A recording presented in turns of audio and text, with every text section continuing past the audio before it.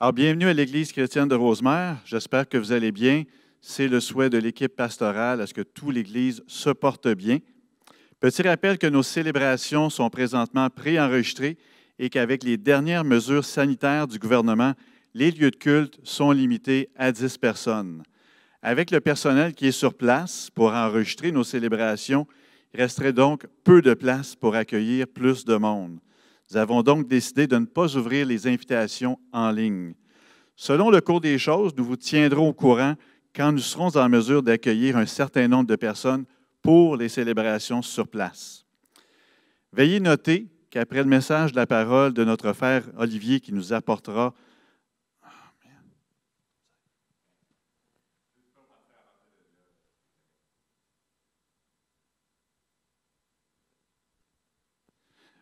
Veuillez noter qu'après le message de la parole que notre frère Olivier nous apportera aujourd'hui, nous prendrons la table du Seigneur ensemble.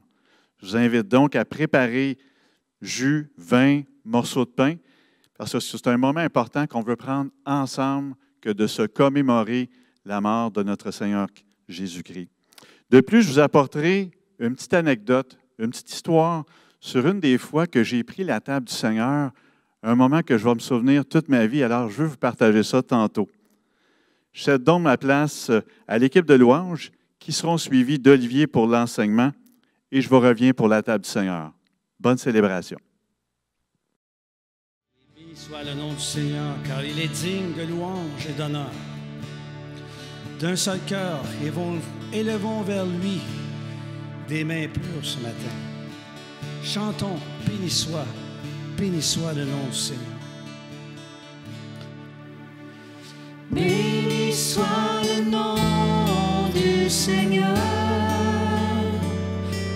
Il est digne de louange et d'honneur. D'un seul cœur élevons vers lui les mains pures. Chantons, béni soit le nom, béni soit le nom, béni soit le nom du Seigneur. Béni soit le nom. Béni soit le nom du Seigneur. Il est digne de louange et d'honneur. D'un seul cœur élevons vers lui des mains pures. Chantons, béni soit le nom, béni soit le nom, béni soit le nom du Oui, béni soit le nom du Seigneur. Oui, béni soit le nom du Seigneur. Il est digne de louange et d'honneur. D'un seul cœur élevons vers lui des mains pures. Chantons, béni soit le nom, béni soit le nom, béni soit le nom du Seigneur. Oui, d'un seul cœur. D'un seul cœur élevons vers lui des mains pures. Chantons, béni soit le nom, béni soit le nom, béni soit le nom du Seigneur. D'un seul cœur élevons vers lui des mains pures. Chantons, béni soit le nom, béni soit le nom, béni soit le nom du Seigneur. Béni soit le nom du Seigneur.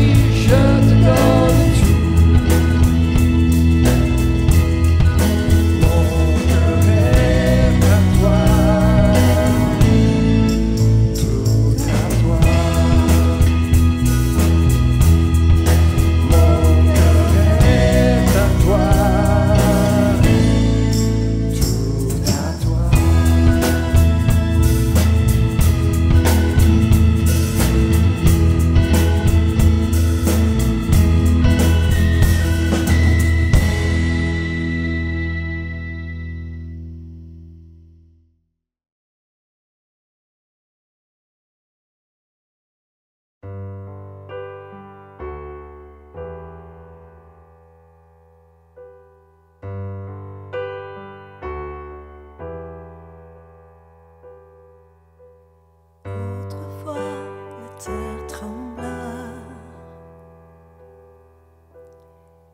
au son puissant de ta voix. Les océans déchaînés, Jésus peut les apaiser. Et malgré tout, mes yeux sont sur toi. Malgré tout, j'ai confiance. Et malgré tout, mes yeux sont sur toi. Quel repos pour moi.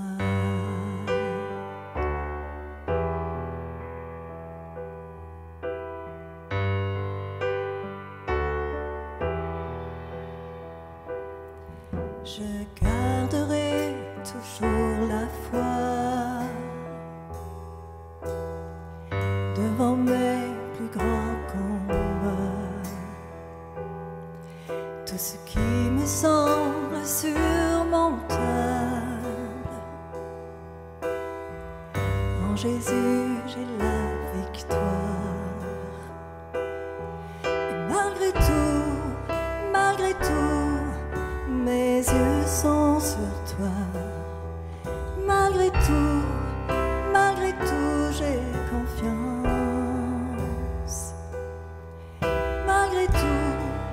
Malgré tout, mes yeux sont sur toi. Quel repos, quel repos.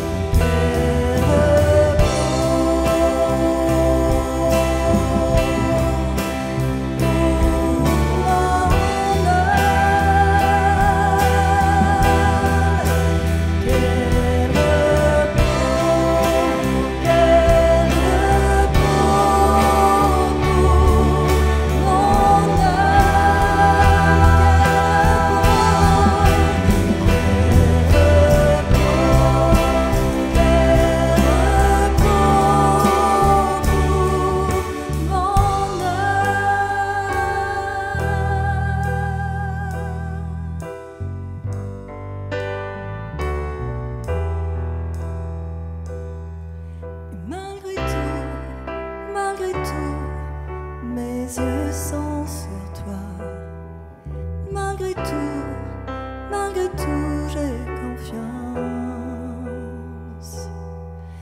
Malgré tout, mes yeux sont sur toi. Quel repos pour moi.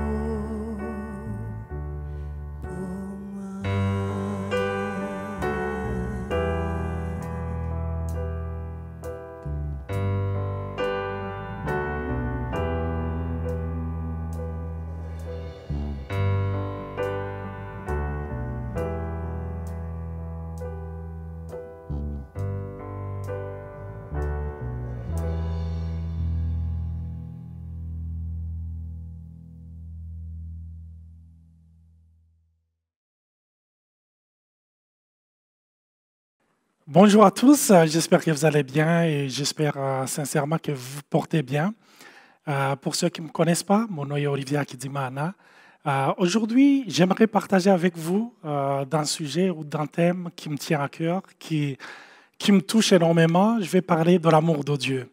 Alors, on va lire ensemble un passage que j'aime et je prie que le Saint-Esprit puisse nous visiter, qu'il puisse ouvrir les yeux de nos cœurs pour qu'on puisse réaliser combien nous sommes aimés. Alors,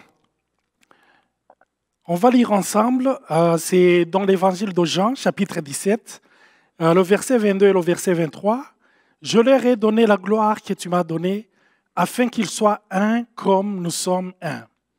Moi en eux et toi en moi, afin qu'ils soient parfaitement un, et que le monde connaisse que tu m'as envoyé, et que tu les as aimés comme tu m'as aimé. » Alléluia. Et quand on regarde dans les évangiles, les différents évangiles, les 4 évangiles, on nous rapporte souvent que Jésus passait toute la nuit dans la prière.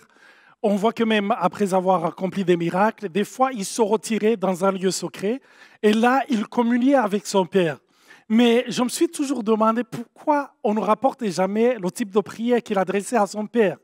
Je ne sais pas pourquoi, je n'ai pas encore eu de réponse. Mais ici, on nous rapporte la prière qu'il a adressée à Dieu et il y a des passages qui sont mentionnés, plusieurs versets.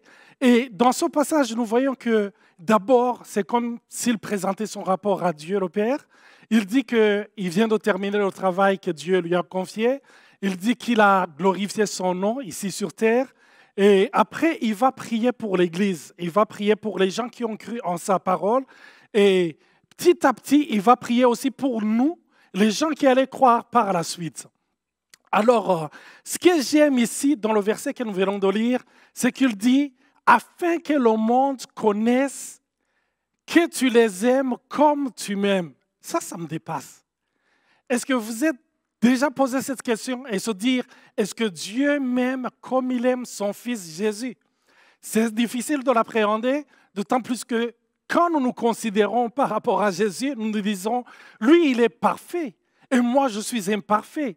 Je ne peux pas comprendre comment Dieu peut m'aimer autant qu'il aime son Fils. Mais j'aimerais te rappeler aujourd'hui, toi qui m'écoutes, Dieu t'aime autant qu'il aime son Fils. Dieu t'aime d'un amour infini. Et vous savez, dans quelques familles, il y a des fois où il y avait il y a des parents qui ont leurs préférés.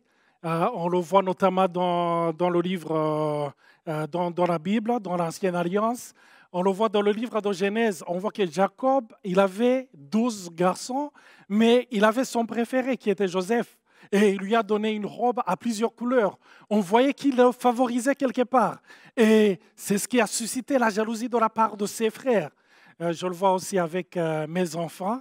Des fois, j'achète une robe ou des robes pour mes filles. Et Evan, il est toujours là. Et il commence à pleurer. Il dit, ça me montre que vous ne m'aimez pas. Hein? Vous aimez seulement les filles, mais moi, vous ne m'aimez pas. Donc, il y a des fois où il y a les parents qui ont leur préféré, mais il y a des fois aussi, là, même si les parents n'ont pas leur préféré, les enfants, ils le perçoivent comme ça. Ils croient que, apparemment, il y a mon papa ou il y a ma maman qui ne m'aiment pas. Mais j'aimerais vous dire que Dieu n'a pas de préféré. Alors, Dieu m'aime comme il aime son Fils. De la même façon ou de la même manière, au même niveau. Il m'aime comme il aime son Fils Jésus. C'est difficile que je puisse l'appréhender ou le comprendre avec ma tête, avec mon intellect. C'est un grand amour, un amour qui surpasse celui que j'ai déjà expérimenté dans la vie. Donc, de la même façon qu'il aime le parfait, il m'aime moi qui suis imparfait. Alléluia. Ça me touche. Ça touche mon cœur. Il aime le parfait et il m'aime. Parce que quand je pense par rapport à l'amour de Dieu, et souvent quand je lis les histoires des missionnaires, ceux qui ont donné leur vie pour annoncer l'Évangile dans les régions lointaines, que ce soit en Inde, en Chine, en Afrique, c'est les gens qui ont été tués parce qu'ils croyaient en Jésus. On leur demandait de renier leur foi, mais ils sont restés fermes. Et quand je les regarde, quand je les vois, je dis, au fond de moi, peut-être que le Seigneur les aime plus que moi. Non, le Seigneur les aime de la même manière qu'il m'aime moi. Parce que son amour ne dépend pas de ce que nous faisons, mais son amour dépend seulement de ce qu'il est. Parce que Dieu est amour. Ne demandez jamais pourquoi le soleil brille. C'est le soleil. Ne demandez jamais pourquoi Dieu t'aime. C'est Dieu. Dieu est amour. Et il m'aime. Et j'aimerais que ce soir ou ce matin, peu importe le temps où vous allez écouter cette prédication, j'aimerais que le Saint-Esprit puisse ouvrir les yeux de ton cœur pour que tu puisses le comprendre, que ça touche ton cœur, que ça restaure ton cœur et que ça restaure aussi ton estime de soi. On voit aussi, de la même façon qu'il admire son Fils, il m'admire aussi. Parce que je me rappelle quand Jésus venait d'être baptisé par Jean-Baptiste, là, il y a eu une voix qui dit « Celui-ci est mon Fils.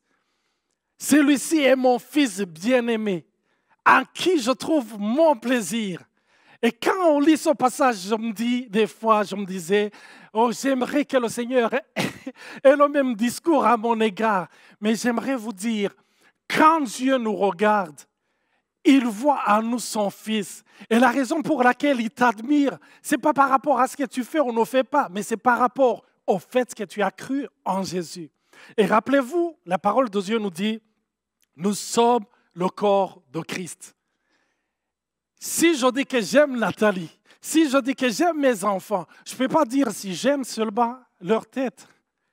Jésus est la tête de l'Église. Peut-être moi, je suis le doigt. Peut-être toi, tu es l'orteil. Alors, si Dieu a de l'admiration pour son Fils et que nous faisons partie du corps de son Fils, Dieu nous aime autant qu'il aime son Fils. Dieu m'aime. Et ça me touche énormément. Je me rappelle d'une parole que Jésus a dit dans les évangiles quand il disait que c'est difficile pour les riches d'entrer dans le royaume des cieux, comme il est difficile aux chameaux d'entrer par le nez d'une aiguille. Les gens qui l'écoutaient, ils étaient quasiment scandalisés. Mais ils disaient, mais on croyait que les riches de ce monde, c'était ceux-là même qui avaient reçu la faveur de Dieu. Parce que rappelez-vous, ils avaient dans leur tête la mentalité qui était basée sur la loi de Moïse. Et dans la loi de Moïse, il y avait les malédictions de la loi et il y avait les bénédictions de la loi. Alors, pour les bénédictions de la loi, il y avait la richesse, des choses tangibles et des choses matérielles qu'on pouvait toucher, qui démontraient qu'il y avait une certaine faveur de la part de Dieu. Alors, dans leur tête, ils se disaient, une personne qui a été favorisée par Dieu sur terre, certainement qu'il va entrer dans le ciel. Et quand Jésus adresse cette parole, ils se disent, Pierre demande, mais qui peut être sauvé? Si c'est difficile pour eux, comment pouvons-nous, nous, pauvres pécheurs, être acceptés? Et là, l'amour de Dieu nous démontre, ou nous montre que, comme il aime son Fils, il m'aime moi aussi, peu importe ma condition. Si je suis riche ou si je suis pauvre, le Seigneur m'aime de la même façon, parce que le Seigneur a décidé de m'aimer à travers son Fils. Je me rappelle d'une chanson.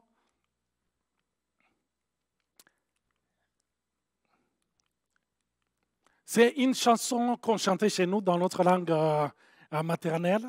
C'est une chanson qui a été écrite par l'évangéliste Billy Graham. Et on chantait énormément cette chanson. C'était un hymne qui était devenu comme un hymne des chrétiens. Et là, il parle de l'amour de Dieu. Et j'ai essayé de traduire donc à partir du Kirundi. Il dit, même si tout le ciel était fait de papier et toutes les mers étaient de l'encre et qu'on utilisait les herbes des champs pour écrire et décrire l'amour de Dieu, ce serait impossible car l'encre finirait ou sécherait avant qu'on ait terminé. C'est ça l'amour de Dieu. L'amour de Dieu est tellement immense. L'amour de Dieu, nous ne pouvons pas l'appréhender avec notre intellect. Comme on ne peut pas prendre l'air avec notre main, ainsi l'amour de Dieu ne peut être compris par notre intellect.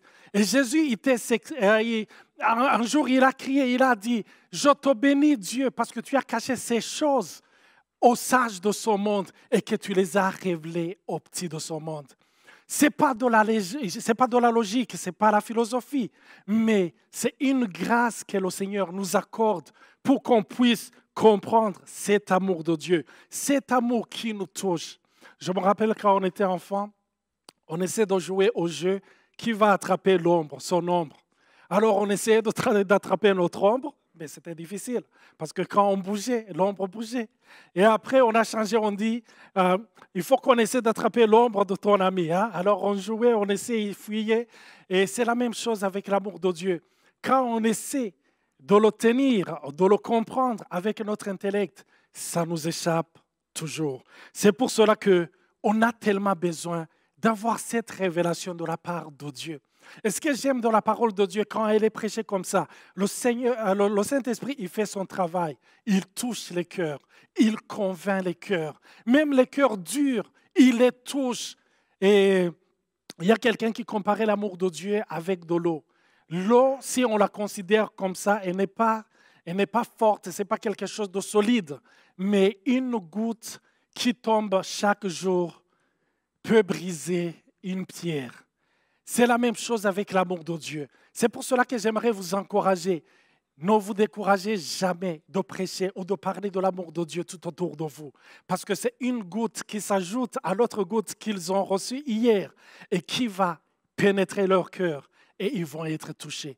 Et quand on parle de l'amour de Dieu, souvent on est confus parce qu'on essaie de le comparer avec l'amour humain.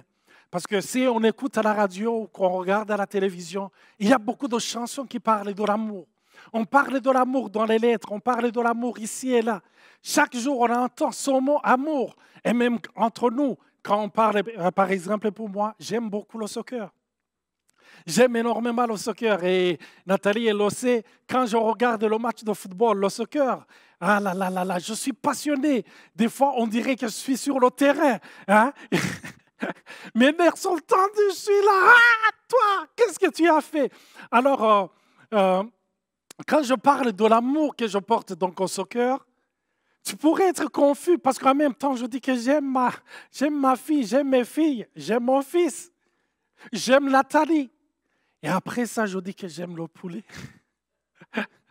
Alors, on se dit, mais c'est le même mot qu'on utilise, j'aime. Mais ce que j'aime dans la parole de Dieu, c'est parce qu'il y a différents mots qu'on utilise pour annoncer l'amour de Dieu. Il y a l'amour fraternel, il y a l'amour éros, l'amour charnel. Mais il y a l'amour agapé, qui est l'amour de Dieu. Je me rappelle quand on se préparait pour les fêtes, souvent chez nous à la maison, on achetait des poules et là on les nourrissait. On les nourrissait, on les protégeait contre les chats sauvages. Et vu de loin, on pourrait dire, mais ces gens-là, ils aiment leurs poules. Mais on avait l'objectif de les manger. Alors qu'on utilisait le mot qu'on aime les poules. On les nourrit. Et on est influencé par cette idée. Des fois, on pense que le Seigneur nous aime quand on est à notre plus haut niveau. Quand on a passé des semaines en train de lire la parole de Dieu. Je ne sais pas si ça vous arrive, mais moi aussi, dans ma vie chrétienne, je vis comme des saisons. Il y a des fois, depuis le matin, je suis imprégné de la parole de Dieu. C'est comme si je me sens attiré à lire les Écritures. Et le soir, je suis attiré. Mais il y a des fois où on dirait, je ne sais pas ce qui se passe dans ma vie. C'est comme si je n'ai pas assez de temps pour ça. Je n'ai pas assez de temps pour me consacrer à la prière. Je n'ai pas assez de temps pour lire la parole de Dieu. Mais dans ces moments, dans ces saisons, c'est comme si je déprime. Je sens que le Seigneur s'est un tout petit peu éloigné de moi. Parce que je pense que comme l'homme m'aime intensément ou moins intensément, par rapport à mon attitude à son égard ou par rapport à ce que je fais pour lui, je pense la même chose pour Dieu aussi. Je me dis que le Seigneur, durant cette saison-là où je suis imprégné de la parole de Dieu, je lis la parole de Dieu, je passe du temps dans sa présence, au fond de moi, je me dis que là où le Père se trouve, il doit être admiratif et dire, voici mon fils, enfin. Et durant cette saison-là où je n'ai pas le temps pour la parole de Dieu, je me dis, peut-être il m'a tourné le dos, peut-être qu'il n'est plus là. Mais le Seigneur, son amour ne change jamais. Amen. On peut croire, on peut mettre notre confiance en cet amour qui ne change jamais, qui ne varie jamais. Vous savez, vivre avec une personne qui change tout le temps, c'est déstabilisant. Alors, on vit avec des gens qui changent tout le temps. Et vous savez, ces gens dont je parle, c'est moi, c'est toi. Nous aussi, nous changeons. Mais le Seigneur ne change jamais. Le Seigneur ne change jamais. Souvent, je compare l'amour de Dieu, même si ce n'est pas comparable, avec le soleil. Quand vous êtes en Afrique, vous recevez les rayons solaires directement sur votre tête. Mais quand on est ici, les rayons solaires, c'est comme s'ils ne viennent pas directement.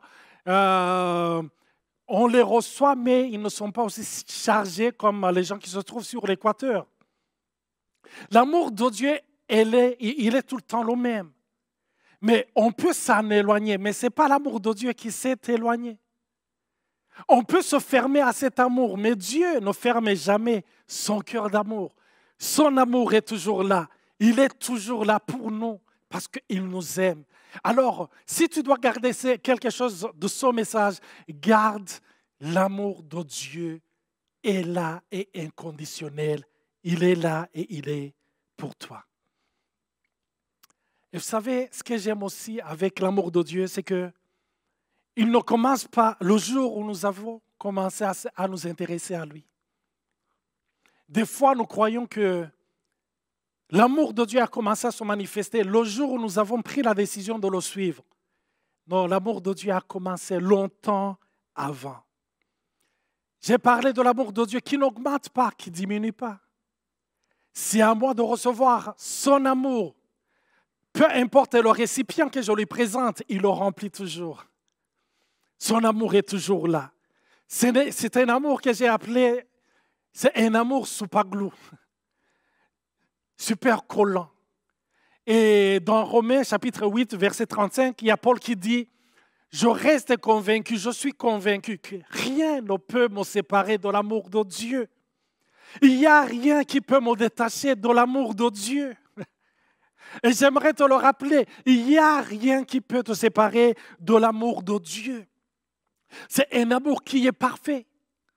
Alléluia. C'est un amour qui est parfait. Il n'y a aucune once d'égoïsme. Et vous savez, quand nous aimons les gens, des fois, nous les aimons pour nous. Et c'est pour cela que souvent, quand nos filles arrivent au moment de se marier, souvent, on n'est pas toujours satisfait avec les fiancés qu'ils nous présentent. Parce qu'il y a un fiancé idéal qu'on a dans notre tête qui ne correspond pas toujours avec l'image de ce garçon ou de cette fille que nos enfants nous présentent.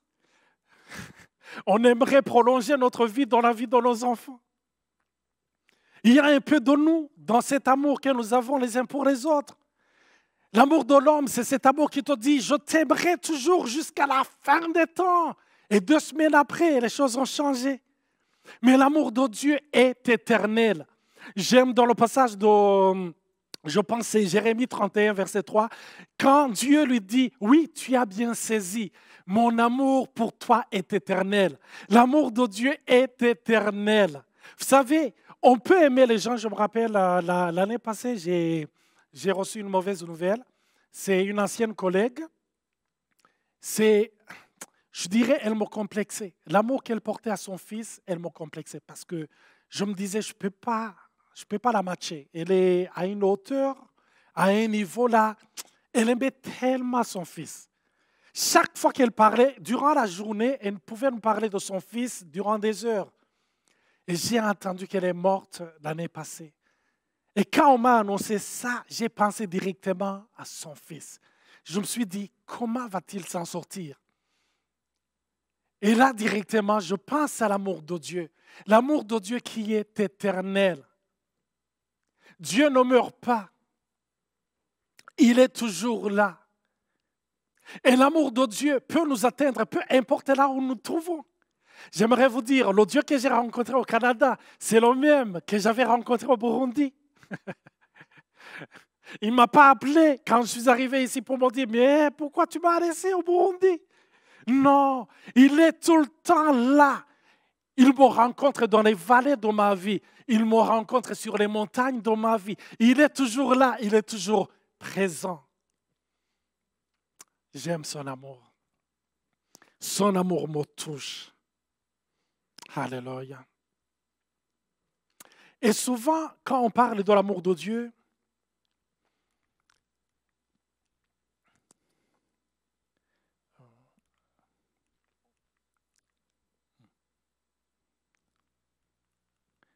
une seconde. Souvent, quand on parle de l'amour de Dieu,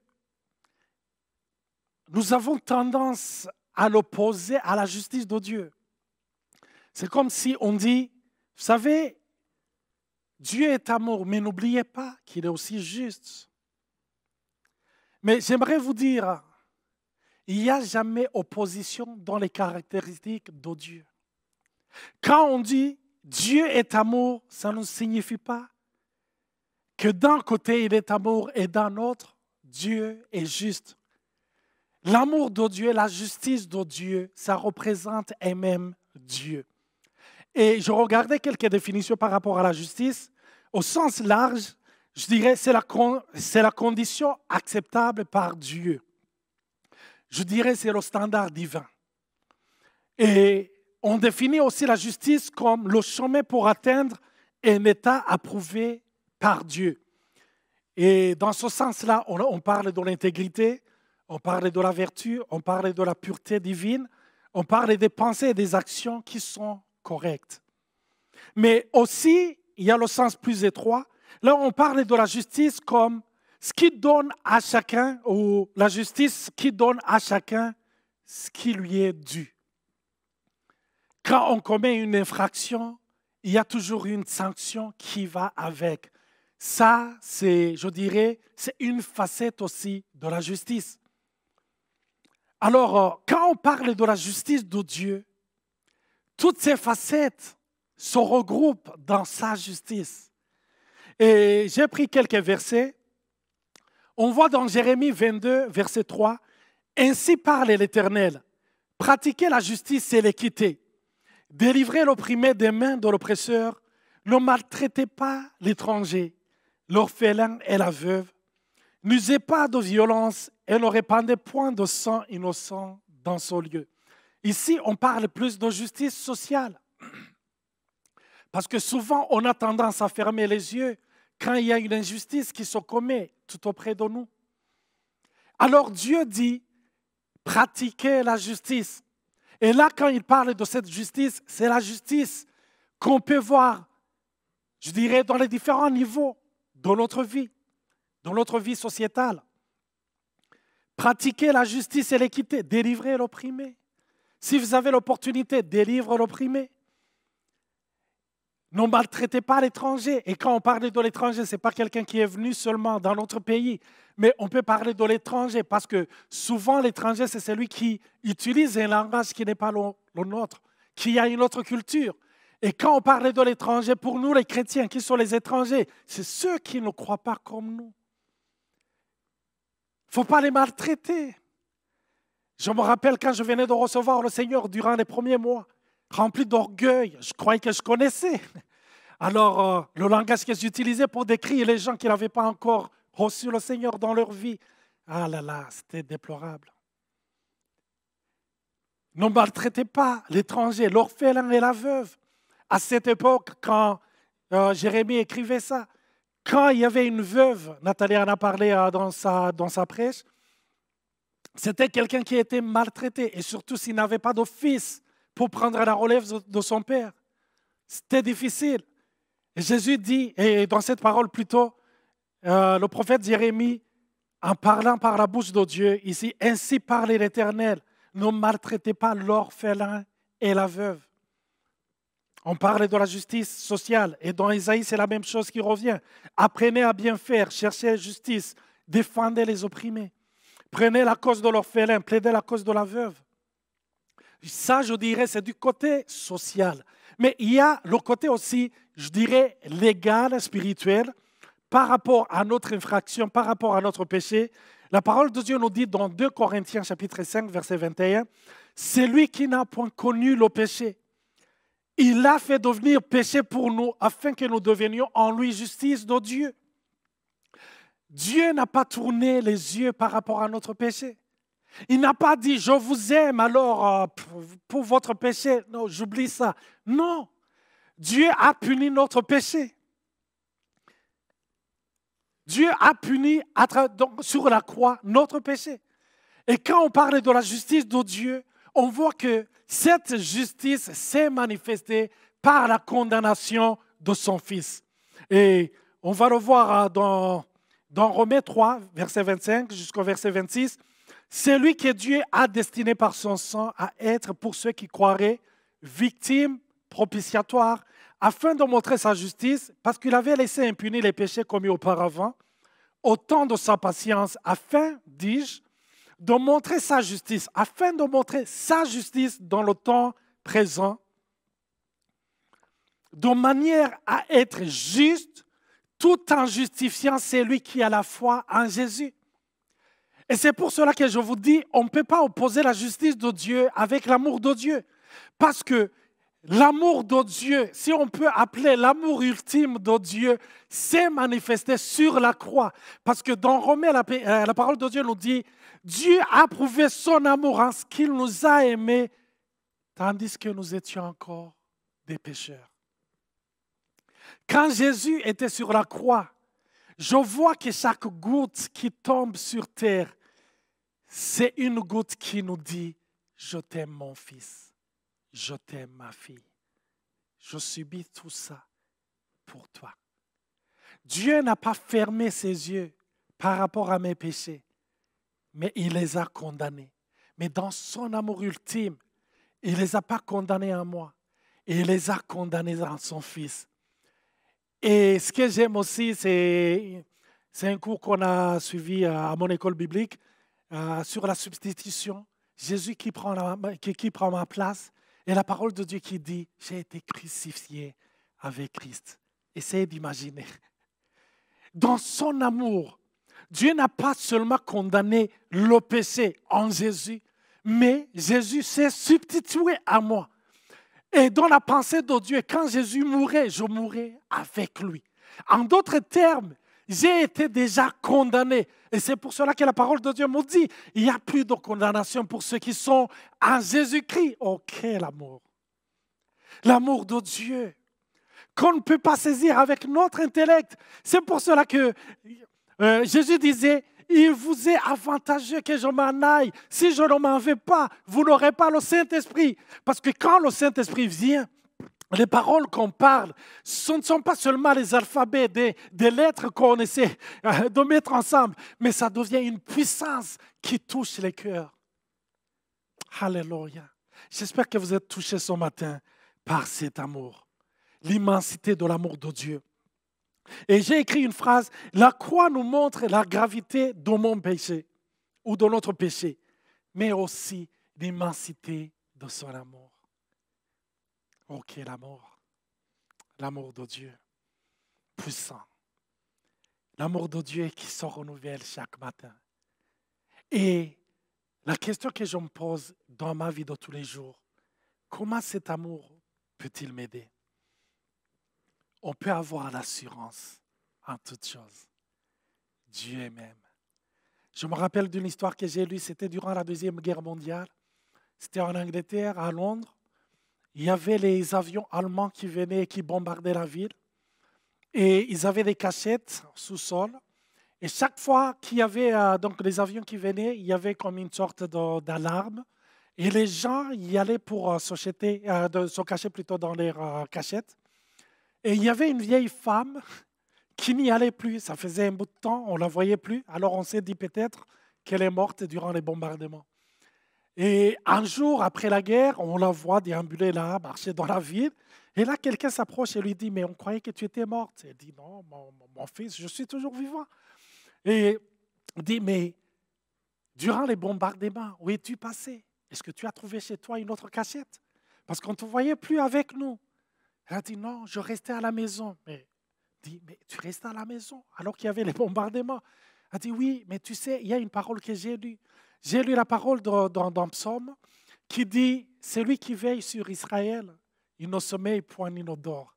Alors je me suis dit, s'il ne dort pas, s'il est là pour me garder, j'ai l'assurance que rien ne va m'arriver. Et voilà la preuve, il est toujours là. Je suis toujours là. Son amour est toujours là. J'aimerais te réconforter ce matin. Il y a des choses qui arrivent, et surtout dans ce temps de pandémie, de cette crise majeure, j'aimerais te dire, l'amour de Dieu, c'est une provision pour tout ce dont tu auras besoin. Et Paul le dit, car j'ai l'assurance que ni la mort, ni la vie, ni les anges, ni les dominations, ni les choses présentes. Est-ce que tu es entré, tu as comme défi les choses présentes, j'espère, pas les choses à venir. Ni les choses présentes, mais aussi ni les choses à venir, ni les puissances, ni la hauteur, ni la profondeur, ni aucune autre créature ne pourra nous séparer de l'amour de Dieu manifesté en Jésus-Christ, notre Seigneur. Tu peux avoir de l'assurance ce matin, devant tous tes défis. Son amour est plus que suffisant et son amour est toujours là. Et l'autre application par rapport à l'amour de Dieu, c'est que son amour consiste non pas en ce que nous avons aimé Dieu, mais en ce qu'il nous a aimé, a envoyé son Fils.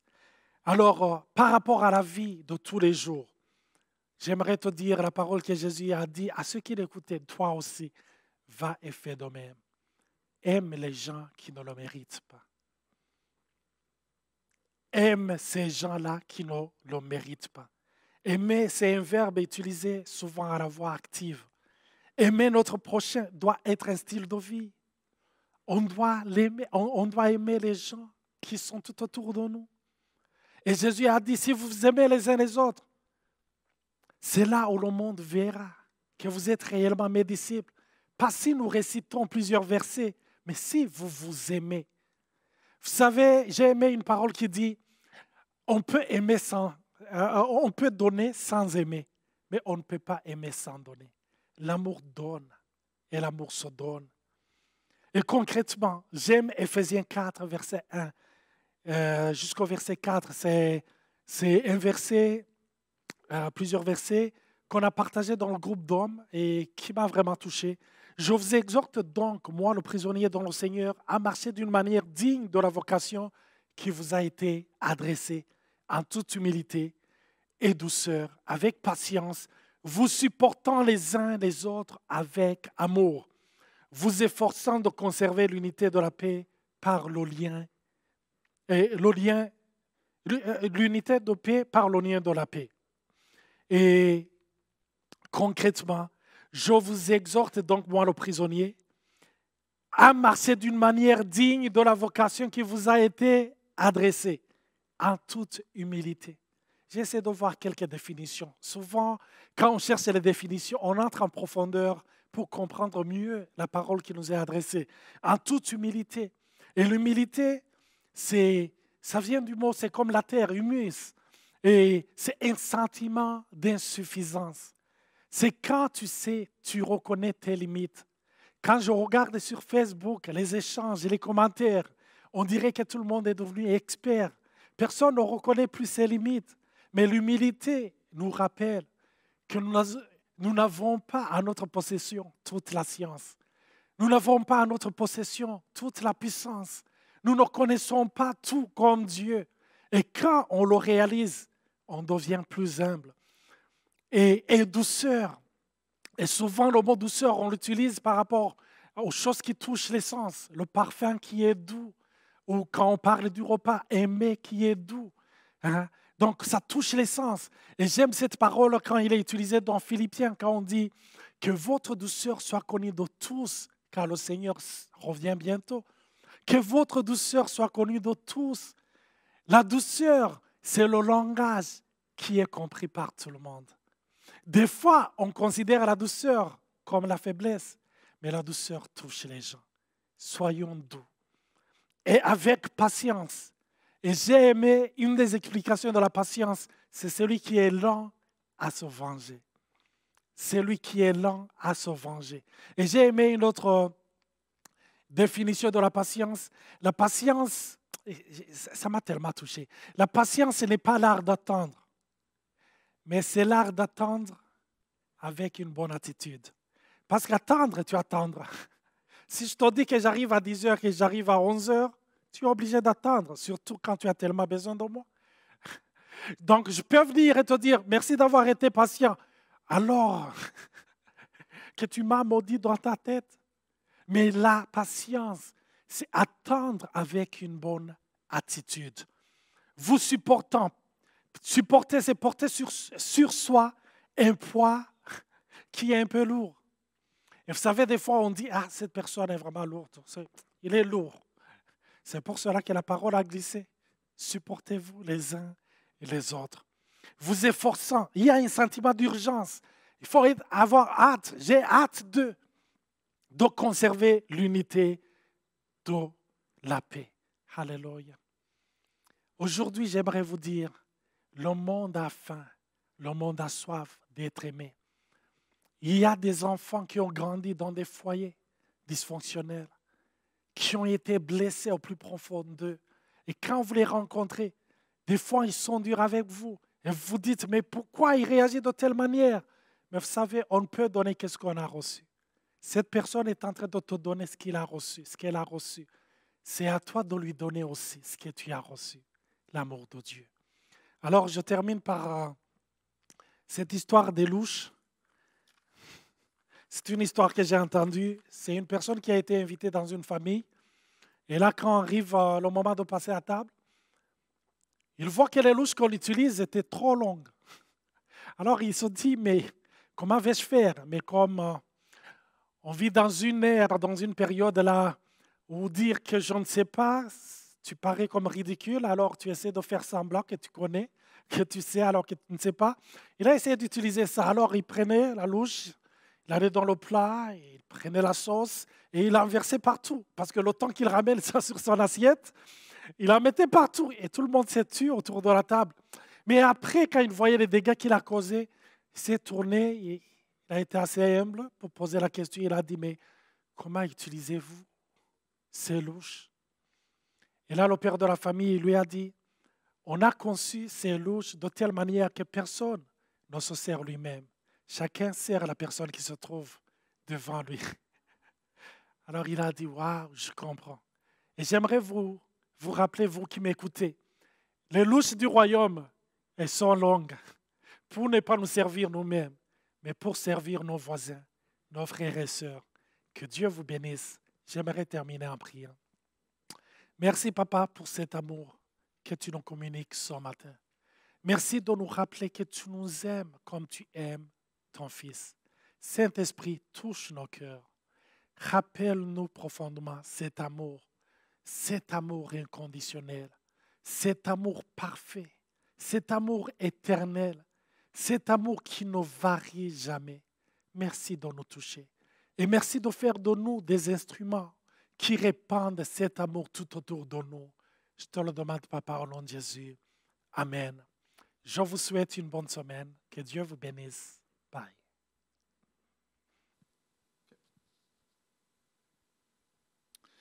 Alors, merci Olivier pour cette excellente parole, vraiment édifiante, touchante et combien important de se rappeler comment Dieu nous aime et comment Dieu nous a tant aimés. Hein? Alors, merci pour cette bonne parole. Alors, à ce point-ci, comme mentionné plus tôt, on va passer à la table du Seigneur. Et comme je l'ai aussi mentionné, je vous raconterai dans quelques instants une anecdote concernant un moment spécial que j'ai eu dans une table du Seigneur il y a jadis. Alors, je vais vous partager un passage. On va regarder ensemble le passage de Luc 22, 14 à 20.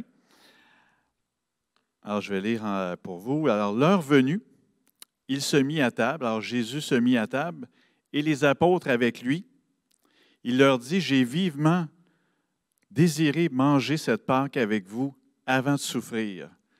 Car je vous le dis, je ne la mangerai plus jusqu'à ce qu'elle soit accomplie dans le royaume de Dieu. » Alors ici, ça fait 3 ans. Ça fait 3 ans que Jésus vit, partage le repas avec ses apôtres. Et ce soir, ce moment-là, cette Pâque, il leur annonce, mais c'est le dernier repas que je vais prendre avec vous.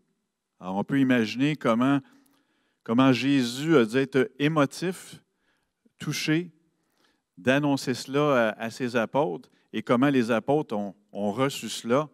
De dire, wow, est-ce vraiment le dernier souper, repas que nous aurons avec Jésus? Verset 17, Jésus prit une coupe, rendit grâce, alors retenez, rendit grâce, et dit, prenez cette coupe et distribuez-la entre vous, car je vous le dis, je ne boirai plus désormais du fruit de la vigne jusqu'à ce que le royaume de Dieu soit venu. Verset 19.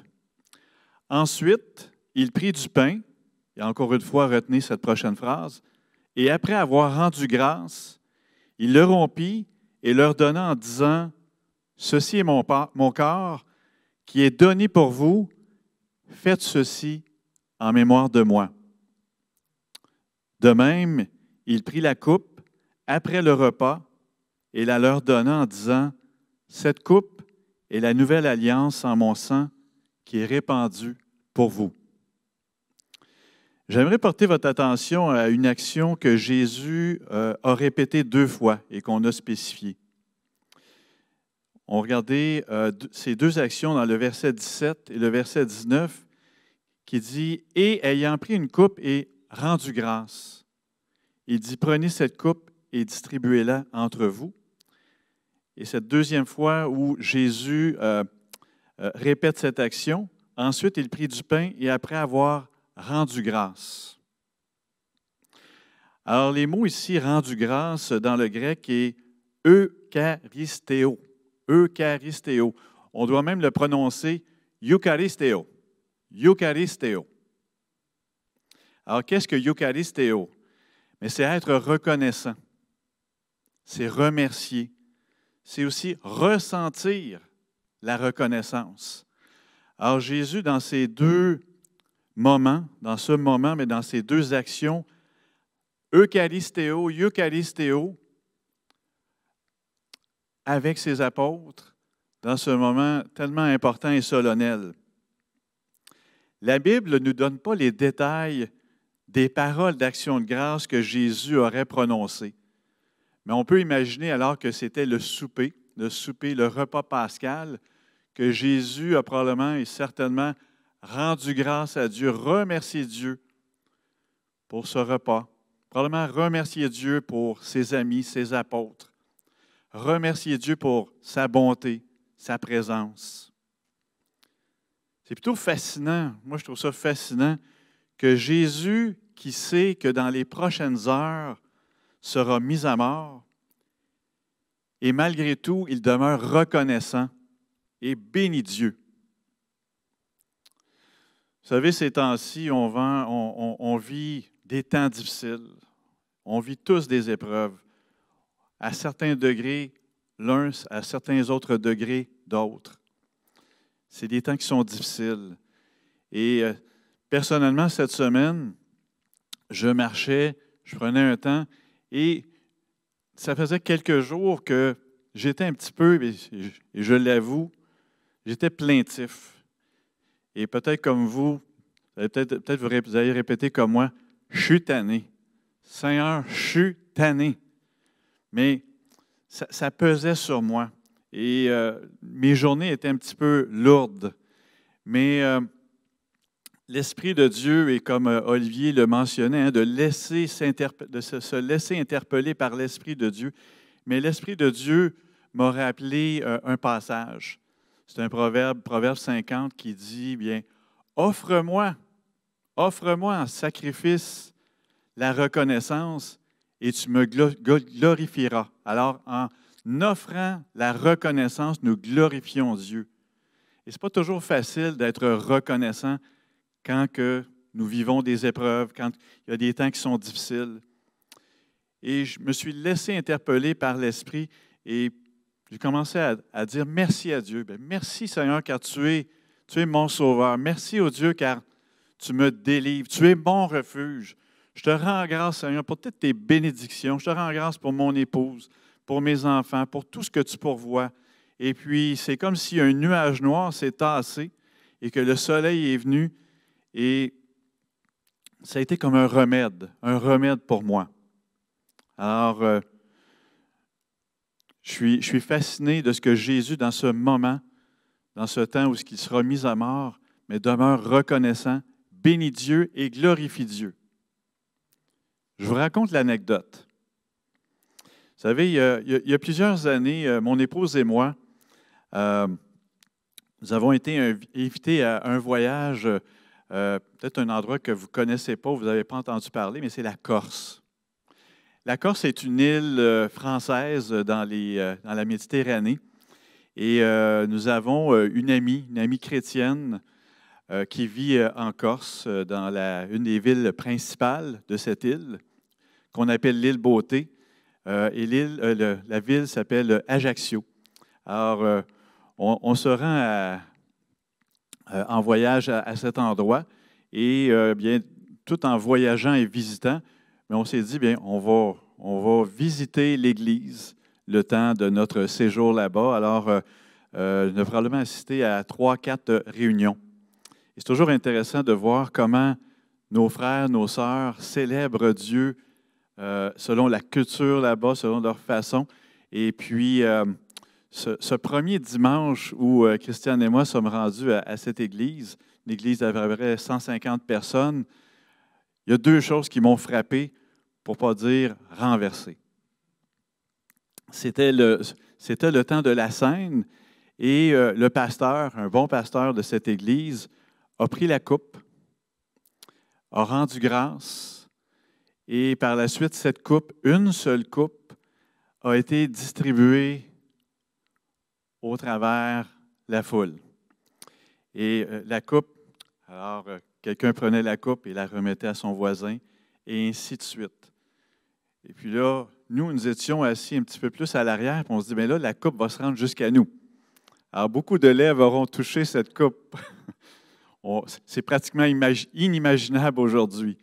Mais il y avait quelque chose, je dirais, d'authentique dans cela qui nous invitait à, je dirais, embrasser ce moment. Mais l'autre chose qui était la plus frappante pour moi, c'est que lorsque la coupe passait d'une main à l'autre, pour ne pas dire d'une lèvre à l'autre, mais de façon, je dirais, spontanée, voire même agressive. Là, j'exagère, mais les Corses, nos frères et sœurs corses, s'empressaient de rendre grâce. Alors, quelqu'un terminait la coupe, et Seigneur, je te remercie pour tel frère, je te remercie pour tout ce que tu fais. Et là, la coupe passait. Oh Dieu, je te remercie. Puis là, c'était de toute façon, c'était pratiquement une course à relais de reconnaissance. Et là, je dis, wow, qu'est-ce qui se passe? Et un frère ou une sœur n'avait pas terminé son action de grâce qu'une demi-seconde, l'autre sautait, un autre frère sautait sur une période d'action de grâce. Je dis, wow, j'ai dit ça, c'est de l'action de grâce extrême. Mais ce que j'ai retenu de ce moment, c'est comment nos frères corses étaient reconnaissants, qu'ils avaient ce cœur reconnaissant. Et vous savez, si vous faites des recherches sur la Corse, c'est une île qui a été plus qu'à leur tour envahie et qui ont eu beaucoup d'oppression, de guerres, d'ennemis, etc. Et je crois que pour ces frères, ça a développé justement cet esprit de reconnaissance. Alors, nous vivons quelque chose de difficile présentement, mais je pense qu'il y a moyen que l'on puisse justement avoir cet esprit de reconnaissance et que Dieu agisse en nous et que par ce fait, nous le glorifions. Alors, on va prendre le temps justement de prendre les éléments, de prendre la coupe. Je vais virtuellement vous passer la coupe et le pain, et on va pouvoir ensemble, de façon collective, glorifier Dieu avec les éléments. Alors, j'espère qu'à la maison, vous avez pris le temps de préparer les éléments. Et je vais vous laisser aussi un temps pour justement être reconnaissant. Mais faisons cet exercice, c'est que sachant que dans différents moments de la journée où ce que vous écoutez cette célébration, peut-être qu'avec moi, vous êtes là en matinée, un dimanche matin, peut-être d'autres un petit peu plus tard. Mais soyons solennels dans ce moment d'action de grâce, sachant que mon frère qui est à Saint-Eustache, que ma sœur qui est à Saint-Joseph, que un autre frère est à Rosemère, mais que nous sommes un seul pain, comme la parole dit, et nous voulons ensemble être reconnaissants et aussi prier les uns pour les autres. Alors, comme je l'ai mentionné tantôt, et comme ce pasteur Corse fait, alors il a pris la coupe et l'a distribuée. Alors, je prends cette coupe et par la suite, je vais vous la distribuer et vous faire ainsi à la maison.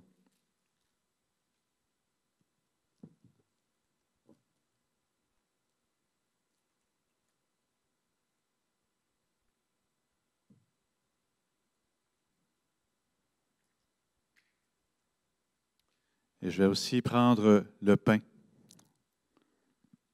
Alors, je romps le pain.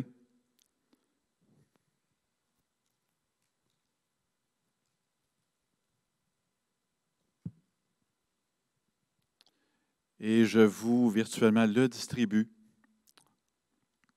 Alors, nous partageons ce pain ensemble et nous le prenons à la mémoire de notre Seigneur Jésus-Christ.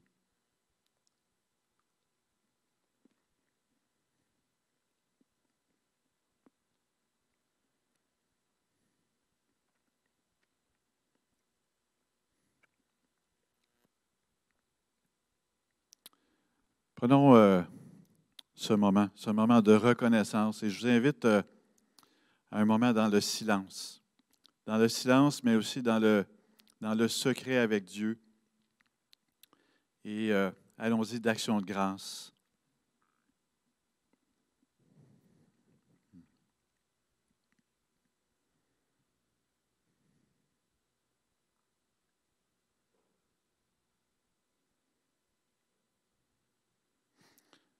Seigneur, moi je veux te bénir pour ton sacrifice que tu t'es donné à la croix pour nous. Quel amour, Seigneur, quel amour. Et par ce sacrifice, mais tu nous as rendus libres, tu nous as libérés du péché. Seigneur, aujourd'hui, nous pouvons dire par toi, par ce sang qui a coulé, que nous sommes des hommes, des femmes libérés du péché, du mal. Et Seigneur, nous sommes reconnaissants. Je te suis reconnaissant de l'œuvre que tu as faite et de l'œuvre que tu exerces en nous, en moi, cette œuvre de transformation, de renouvellement de notre personne, de Christ en nous. Je suis reconnaissant de ton esprit, l'esprit qui agit, cet esprit de vie, cet esprit de puissance. Merci pour ta parole, merci pour l'Église. Merci pour tous les frères, les sœurs. Merci pour nos bergers. Merci pour Michel, Nicole.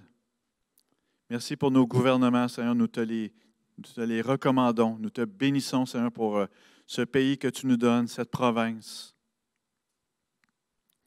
Ô Dieu, nos cœurs abondent de reconnaissance, car tu es bon. Oui, Seigneur, tu es bon et tu ne nous abandonnes pas. Et Seigneur, nous faisons tout cela pour pour se souvenir de ce que tu as fait. Nous le faisons en mémoire de toi. Alors, sois béni, Seigneur, et soyez bénis, vous, à la maison. J'aimerais vous encourager pour ceux qui, justement, vivraient ces moments qui sont durs, qui sont difficiles, de découragement. Exercez la reconnaissance. Laissez Dieu vous remplir d'un esprit de reconnaissance. Et comme cela, nous vivons des choses qui sont fantastiques, qui nous permettent de voir ce que Dieu voit. Alors, j'espère que vous avez apprécié cette célébration, cette bonne prédication de notre frère Olivier. Et en terminant, nous allons conclure avec un chant que notre frère Bernard a enregistré. Ce chant qui est « Toi, Seigneur, tu es digne de toute louange ». Alors, un chant qui est à propos avec la table du Seigneur. Alors, chantons-le ensemble d'un seul cœur et d'un cœur reconnaissant. Alors, soyez bénis, bonne semaine et au plaisir de se revoir. Amen.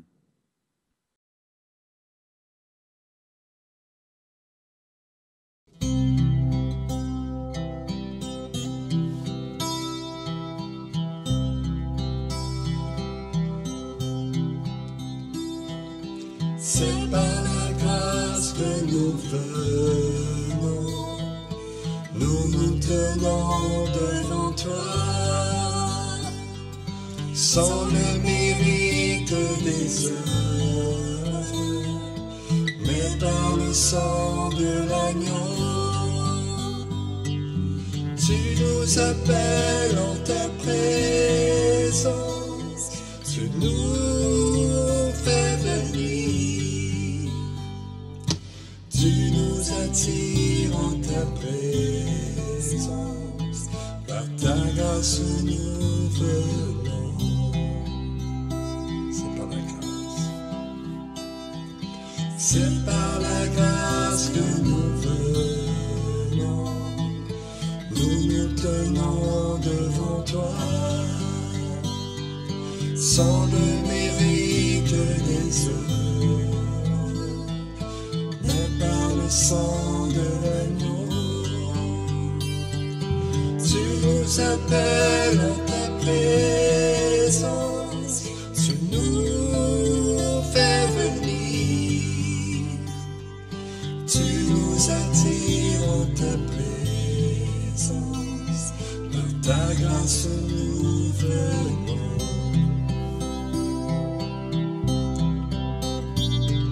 Si tu reconnais nos fautes, qui tiendrait? Merci car nous sommes purs par le sang de l'agneau. Si tu retenais nos fautes, qui tiendrait?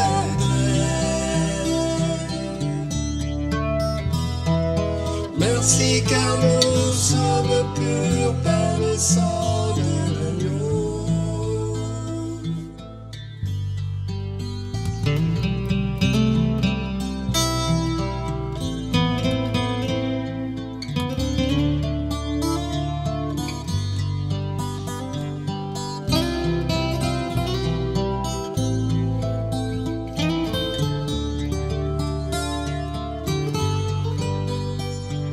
C'est par la grâce que nous venons, nous nous tenons devant toi, sans le mérite des œuvres, mais par le sang de l'agneau. Tu nous appelles en ta présence, tu nous fais venir, tu nous attires en ta présence, par ta grâce nous venons, par ta grâce nous venons, par ta grâce nous venons.